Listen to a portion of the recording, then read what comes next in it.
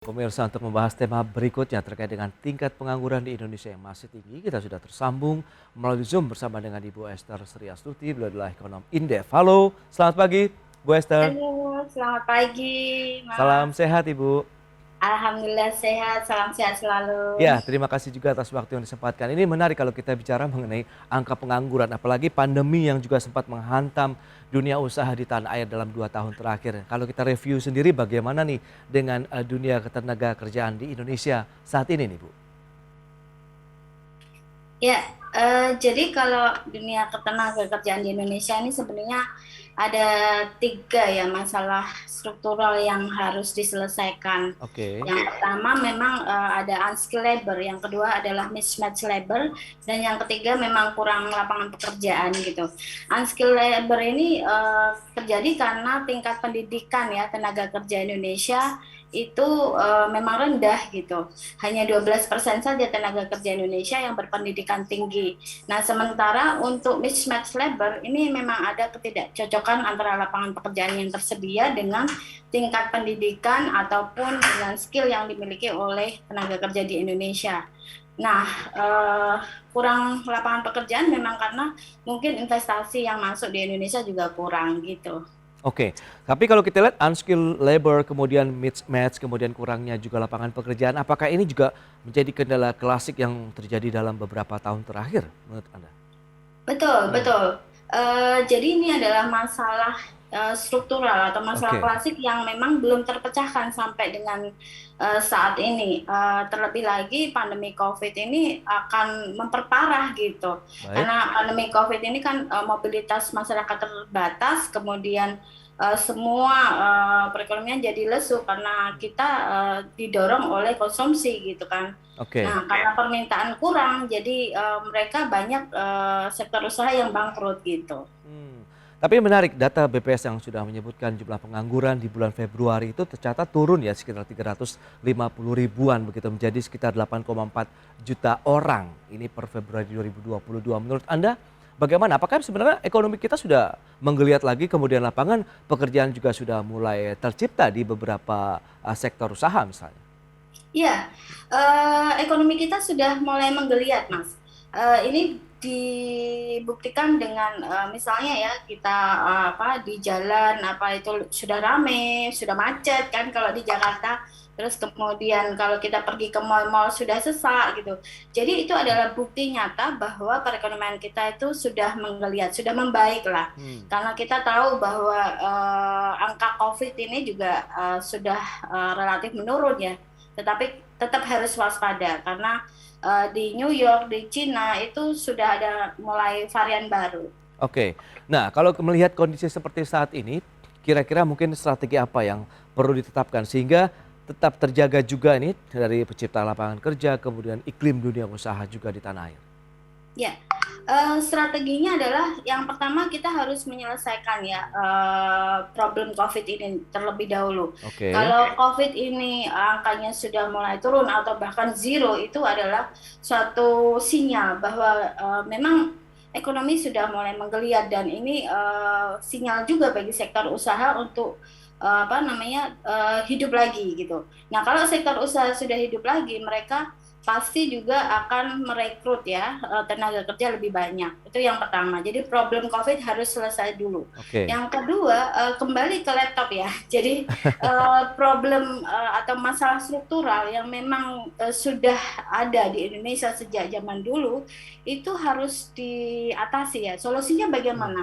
Pertama, pemerintah harus mendorong tenaga kerja Indonesia agar lebih berdaya saing ya, dengan meningkatkan kualitas pendidikannya, dengan meningkatkan kualitas skillnya atau keahliannya. Dan yang kedua, kita harus melihat kurikulum pendidikan di Indonesia ini ya. Jadi harus di matchkan ya dengan kebutuhan pasar tenaga kerja. Jangan sampai ada ini ketidakcocokan tadi Oke. sehingga terjadi mismatch tenaga kerja. Terus kemudian yang ketiga adalah menciptakan kolaborasi ya antara sektor swasta dengan program pemerintah gitu. Atau kalau kita lihat di sini kan sudah ada beberapa program yang diinisiasi oleh perusahaan swasta, katakanlah Apple atau Samsung gitu. Mereka memberikan pelatihan selama setahun, kemudian mereka gratiskan, siapa aja boleh masuk, tentunya dengan seleksi yang ketat gitu. Dan setelah mereka mendapat pelatihan, mereka ada target output tertentu, misalnya membuat aplikasi ya, aplikasi di App Store gitu. Terus kemudian mereka boleh gitu Oke. mau masuk di perusahaan yang sudah memberikan pelatihan atau di tempat lain gitu. Nah, hal itu program-program seperti itu harus di cloning gitu ya. Jadi ada keterlibatan swasta untuk memberikan atau meningkatkan kualitas tenaga kerja kita. Ya, ya. Dan yang keempat adalah menciptakan iklim usaha yang kondusif. Sehingga kalau iklim usaha yang kondusif di Indonesia itu tercipta, maka banyak investor masuk dan bikin pabrik atau bikin perusahaan, sehingga rekrutmen tenaga kerja di Indonesia itu juga akan meningkat gitu, Mas. Oke, itu berarti banyak sekali sebenarnya hal yang harus dilakukan karena ini struktural, berarti sebenarnya harus sudah dilakukan dari beberapa tahun sebelumnya. Oh Tapi iya, kita iya. lihat ini kan sebenarnya sudah juga menjadi fokus dari pemerintah karena penciptaan lapangan pekerjaan ini juga menjadi perhatian utama dari pemerintah saat ini begitu. Sehingga kita lihat beberapa poin tadi mendorong daya saing SDM sepertinya sudah juga dilakukan dengan program-program pelatihan yang diberikan. Tapi menurut Anda apakah ini sudah sesuai? Ini bicara berarti mix and match-nya begitu antara kebutuhan skill kemudian dengan tenaga kerjanya sendiri dan lapangan usahanya. Ya, sebenarnya kalau kita lihat ya, kan pemerintah memang sudah ada ya, misalnya kartu prakerja itu Ya, kan sudah cukup membantu. Tetapi dengan angka pengangguran yang turun sedikit gitu ya, itu kan berarti masih kurang gitu, masih kurang oh, optimal gitu. oke. Maka mungkin balai-balai pelatihan kerja itu juga harus dirubah ya kurikulumnya, sehingga mereka yang sudah mendapatkan pendidikan di balai kerja itu Mhm. juga langsung bisa diterima gitu ya. Kalau di Malaysia di Penang ya, yang saya pernah lihat itu ada satu seperti balai kerja yang pendanaannya itu dari perusahaan-perusahaan swasta yang ada di klaster tersebut. Nah, kemudian mereka Oke. melakukan pendidikan sesuai dengan keahlian dan kebutuhan pasar tenaga kerja yang dibutuhkan perusahaan-perusahaan yang ada di klaster tersebut. Sehingga mereka benar-benar melakukan link and match ya. Apa yang dibutuhkan oleh perusahaan di klaster tersebut itu Oke. bisa dipenuhi ya. Nah, ini adalah bentuk swadaya dari kawasan industri yang ada di Penang. Ya, itu juga bisa kita contoh gitu di kawasan-kawasan industri kita gitu. Jadi Baik. itu iuran ya dari perusahaan-perusahaan yang ada di situ. Ya, Bu Esther, tapi kalau kita lihat pelatihan-pelatihan yang diberikan oleh perusahaan-perusahaan, kita tahulah ada otomotif, elektronika, itu kan juga sudah ada begitu. Apakah ini lebih dikhususkan untuk calon tenaga kerja di perusahaan-perusahaan tersebut saja yang tidak menerima siapapun yang masuk atau bagaimana sih sebenarnya? Jadi ada dua skema ya. Hmm, Yang pertama memang mereka yang sudah diterima di perusahaan-perusahaan tersebut, oke. kemudian karena tidak sama ya standarnya Hmm, dengan perusahaan tersebut, maka dikirim ke balai kerja tersebut. Nah, oke. kemudian mereka mendapatkan pendidikan sekitar 6 bulan sampai dengan 1 tahun. Selepas dari mengikuti pelatihan tersebut, mereka dikembalikan ya di perusahaan-perusahaan sesuai dengan pada saat mereka diterima. Nah, yang skema yang kedua, memang balai kerja yang ada di Penang itu uh, aktif gitu ya, melakukan rekrutmen. Nah, kemudian dari mereka yang sudah direkrut oleh balai kerja yang ada di Penang itu, kemudian disalurkan gitu, sesuai Oke. dengan permintaan dari perusahaan tersebut. Jadi itu juga bisa ya kita contoh, kita harus melibatkan sektor swasta. Karena kenapa? Kalau kita melibatkan sektor swasta, mereka kan yang tahu kebutuhan keahlian apa yang Iya, iya. dimiliki atau yang harus dipenuhi ya End oleh user-nya begitu perusahaan ya? mereka gitu kan. Standarnya seperti apa gitu Oke. kan.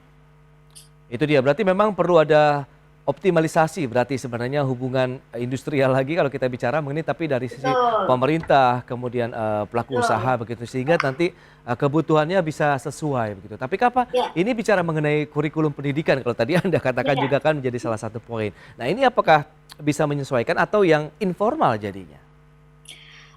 Seharusnya bisa berjalan dua-duanya ya. Hmm, Secara annually harusnya kurikulum di Indonesia itu harus direview ya, oke, sehingga mereka harus sesuai dengan standar hmm, yang diminta oleh perusahaan.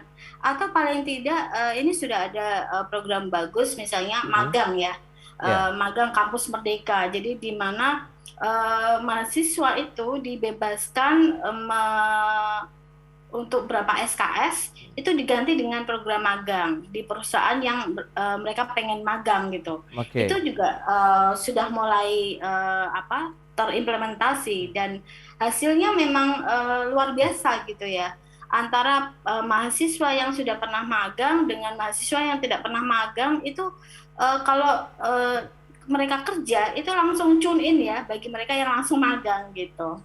oke. Berarti memang sebenarnya masih banyak pekerjaan rumah yang harus dilakukan karena BPS juga menyatakan tingkat, pengangguran sendiri meskipun ada penurunan tapi masih tinggi dibandingkan memang sebelum pandemi dan sekarang kita lihat evaluasi dari pelaksanaan mudik dan balik lebaran tahun ini kan tidak memberikan satu dampak yang ada peningkatan secara signifikan ya untuk kasus positif dan Betul, ini, betul.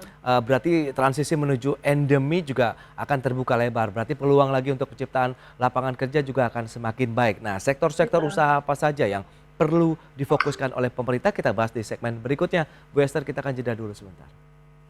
Baik pemirsa, kami akan segera kembali usai pariwara yang satu ini.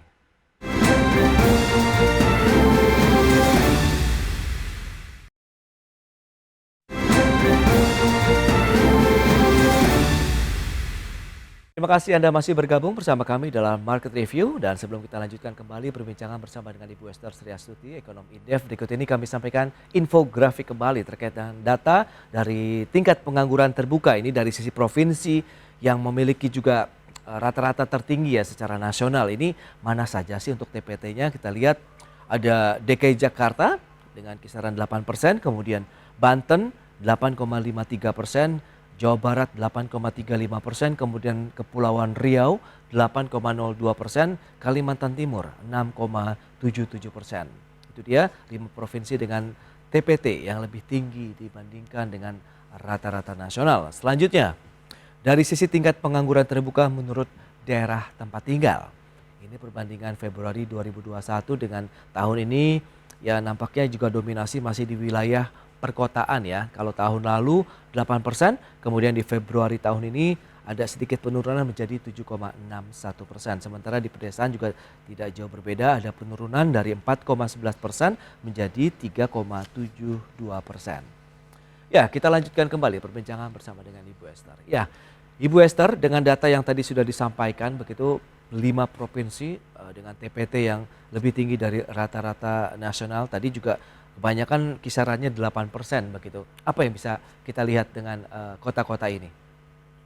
Ya, kalau kita plototin lagi ya kota-kota tersebut, itu kan Hmm. kota-kota yang memang metropolitan ya, atau Iya, kalau kita lihat di Kalimantan Timur misalnya bukan metropolitan, saya pernah ke sana sepi juga gitu, tetapi di oke. sana adalah daerah tambang sehingga kota-kota tersebut menjanjikan ya sesuatu katakanlah lapangan pekerjaan untuk para calon pencari tenaga kerja kerja tersebut. Nah, oleh karena itu kalau menurut saya untuk mencegah hal tersebut maka kita ya pemerintah itu juga harus ini kan sebenarnya kota ini kan lebih banyak ada pengangguran daripada di desa. Yes. Nah, penciptaan lapangan pekerjaan di desa ini juga harus di-create gitu ya. Jadi jangan sampai terjadi migrasi besar-besaran, orang pindah dari desa ke kota sehingga mereka lupa untuk menjaga kebutuhan pangan. Kan kita lihat di sini impor pangan besar-besaran ya nggak? Oke. Sayur mayur saja, buah-buahan juga besar-besaran diimpor. Nah, ini tidak benar. Hmm. Negara maju pun itu mereka tetap mengindahkan sektor pangan. Jadi untuk itu kan mereka harus menjaga ya agar tenaga kerja itu tetap stay di desa dan mereka mau memproduksi ya pangan untuk kebutuhan nasional gitu.